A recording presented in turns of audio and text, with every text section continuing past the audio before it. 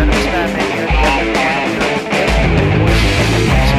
OJ, as well as also Project 7 and the show on John Rampo Presents. And we've been talking about a whole bunch of stuff. We talked about some anime. We talked about his origins in gaming, as well as, introduction into anime, his trip to Japan. We talked about his candles over at geekfiregifts.com. We got a whole bunch of stuff that we talked about in the first two parts. If you have not listened to them, please go check out part 1 and part 2 of the actual interview. So, OJ, let's get right into the next stuff that I pretty much, all the fans out right now, they want to know more about. Schnozman and Hole Punch, the series that you and John have pretty much created, that you guys have filmed. You guys got a couple episodes out, whatnot. So tell us, the beginning of the actual kind of, the ideology and, the creation of Schnozman and Hole Punch. What kind of sparked that one? What kind of created it and started it up? All right. Well, so John and I do the show every week, and usually either beforehand or afterward, we start talking about stuff and, just plans, what we want to do next, blah, blah, blah, blah. And John had said, we should try and come up with some ideas for some more original content we can do. And I said, okay, that's a good thought. So, before the next week, John and I went off to do our thing, and we started trying to come up with stuff that we could maybe do, like, record a series or something. And, pardon me. I'm sorry. Should have had more water and less pizza.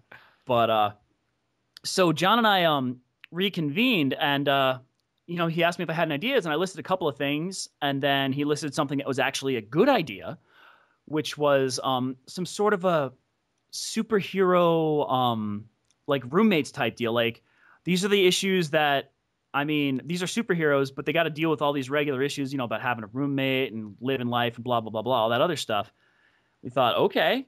So we sat down and scripted out, like, a basic plot, a couple arcs and whatnot for what we want to happen, where we think it will go, what characters we want. And it slowly started becoming, the characters started to come out. John was like, all right, we're going to have one guy who's kind of a little bit of a pushover. He's kind of failing at everything. He's not doing a great job, but he keeps trying.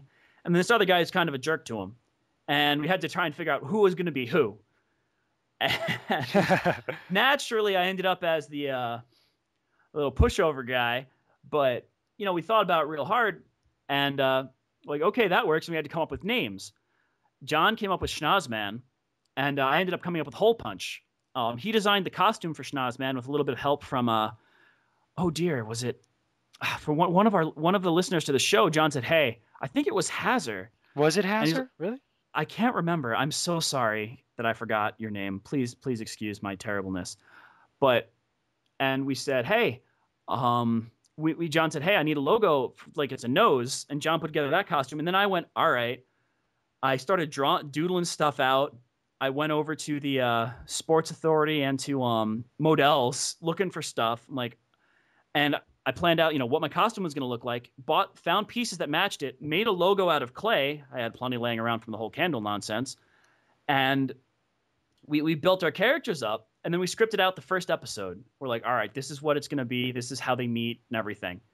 And after we did that first episode, what John didn't tell me was if it didn't do well, he was going to say, all right, that's it. It's over. And I was expecting to continue doing the series no matter what. Thankfully, it was rather well received. So we were able to, continue with the show. We're actually about to release our 4th episode, which took more effort than all the other 3.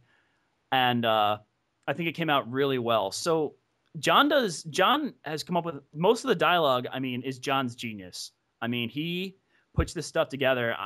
Like, when it comes to writing, I'm like kind of a consultant. Like, I help him with the plots, I help him with this, maybe tweak stuff here and there. But oh my gosh, John's dialogue.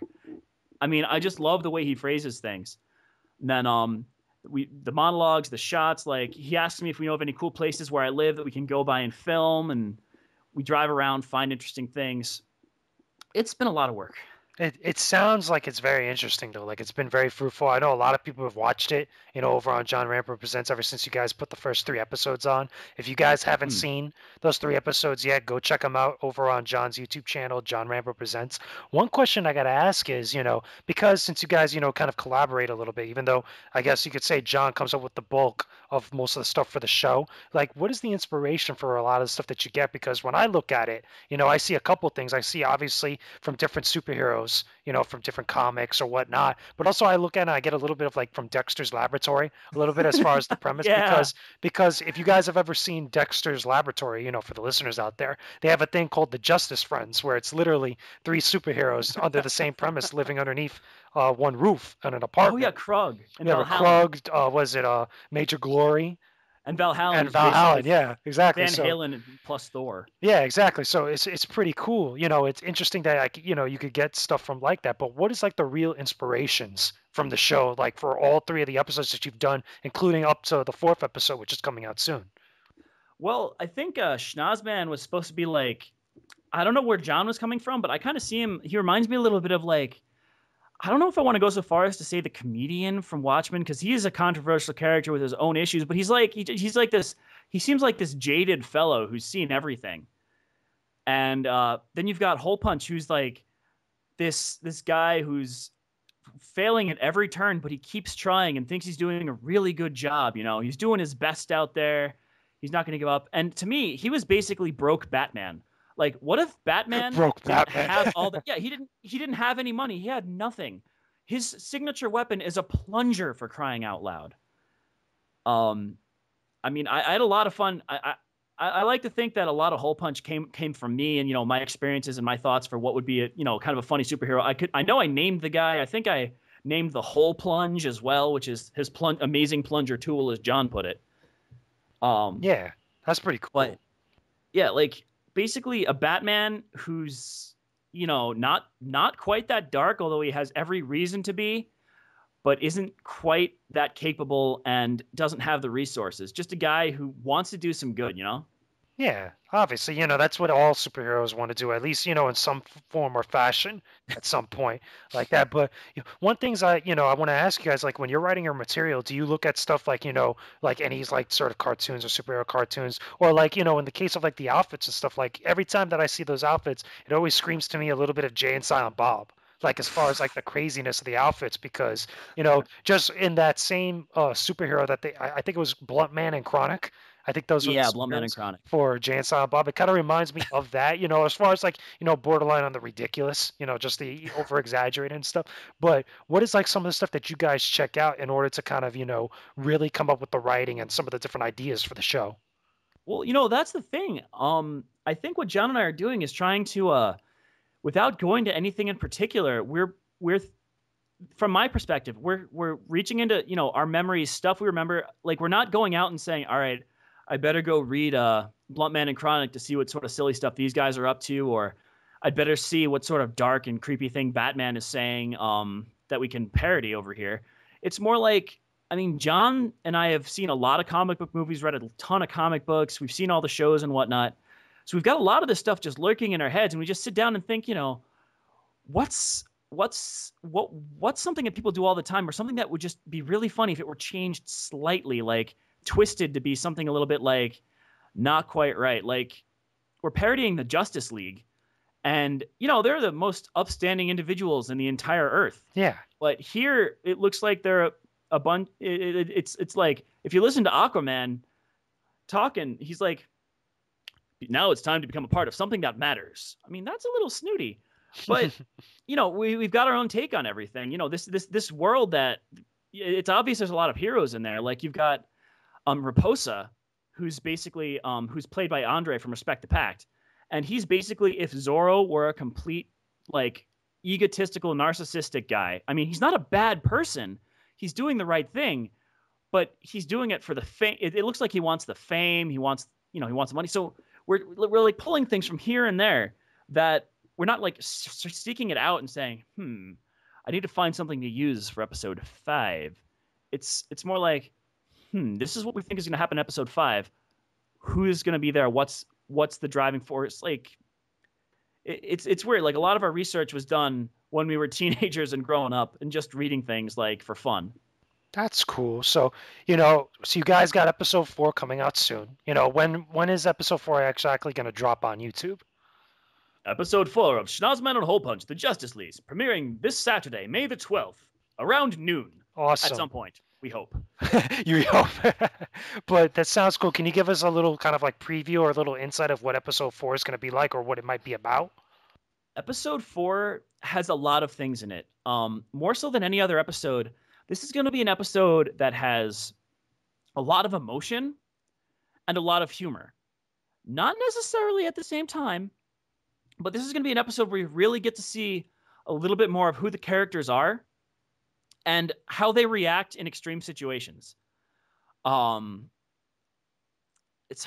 a lot to say but phrasing it without giving anything away. Yeah. You're also going to see a lot. You're going to see some more extra characters you haven't seen before as well. So you get to see Schnozman and Hole Punch interacting with more than just each other. That's pretty cool.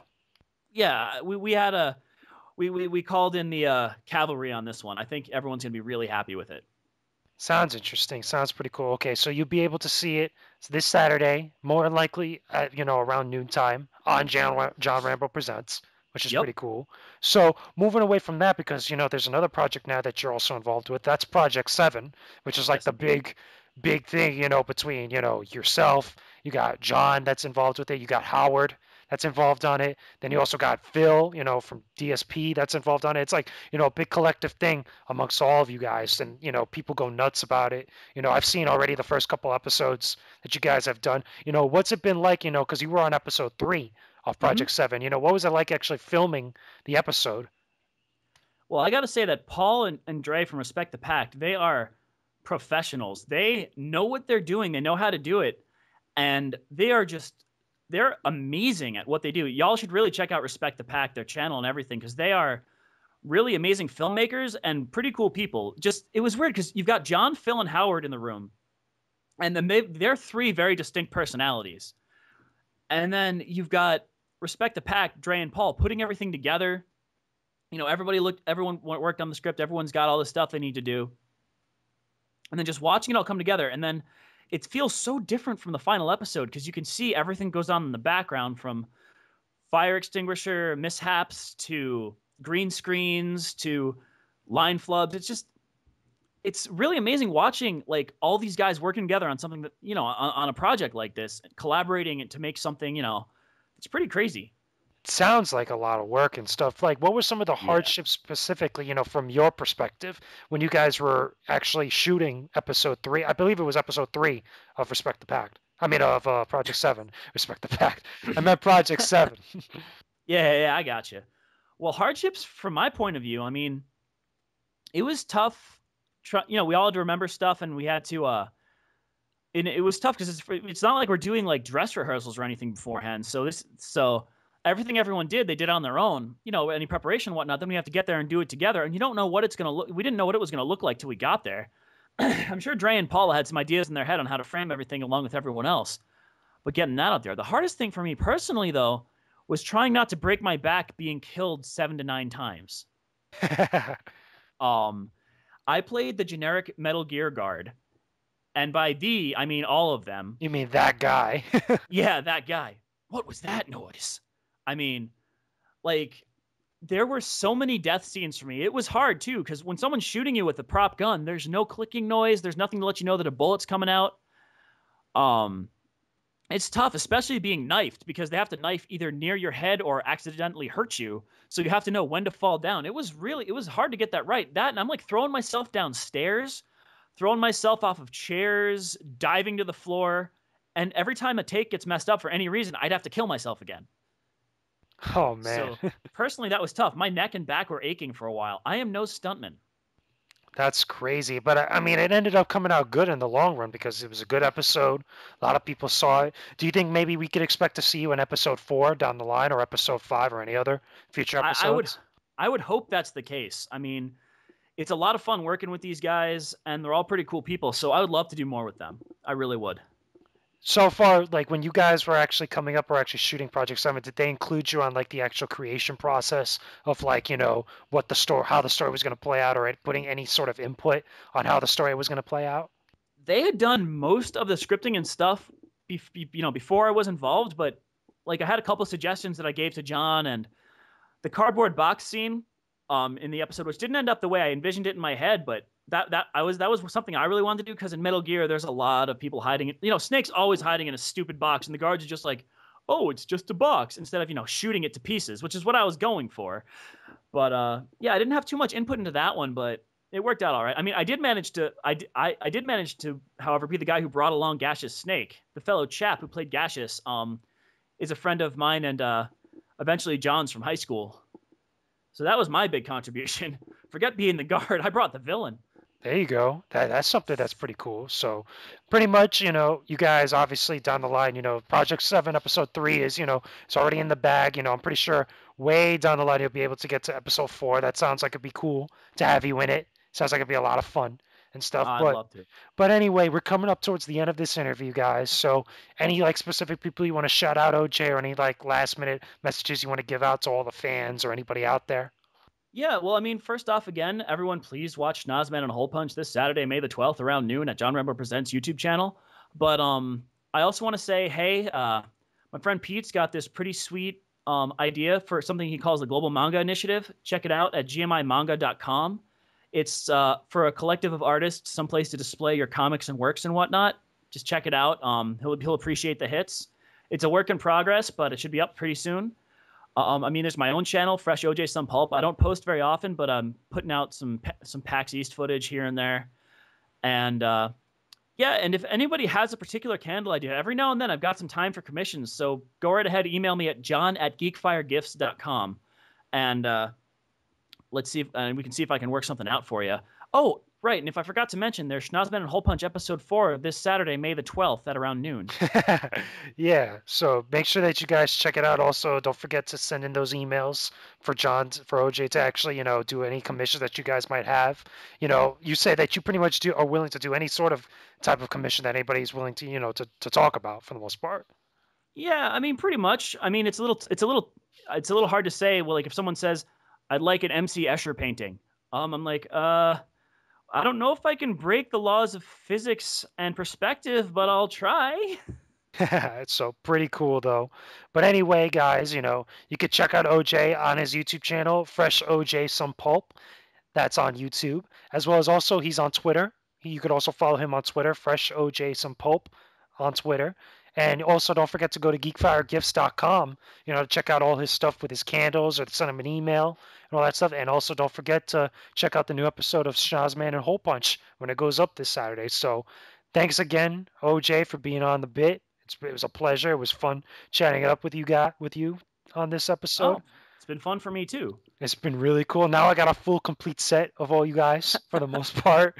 I got Oh it. yeah, you just reminded me. What's up? Also, for Project 7 or the show T-shirts, you can go to geekfiregifts.com/shop. I almost forgot. Oh, that's a good thing. Say that again so that way they get it. Use the cool voice too. Do you need a shirt? Do you find your nakedness to be appalling? Well, have a better body image. You may enhance this image by going to geekfiregifts.com/shop and purchasing a Project 7 or the show T-shirt. Supplies are limited. Now that's pretty cool. But anyway, yep. Thanks again, OJ. It was a pleasure. Had a blast. I hope you guys out there enjoyed the interview. Be sure to be on the lookout for my next interview. Be sure to also check out the full interview that I had with OJ. Make sure that you guys checked out part 1 and part 2, as well as any of the other interviews I've had in the past. So from VenomousFatman and OJ here, this has been the Bit, the Boys in the Tube. I'm signing off. Stay epic, everybody.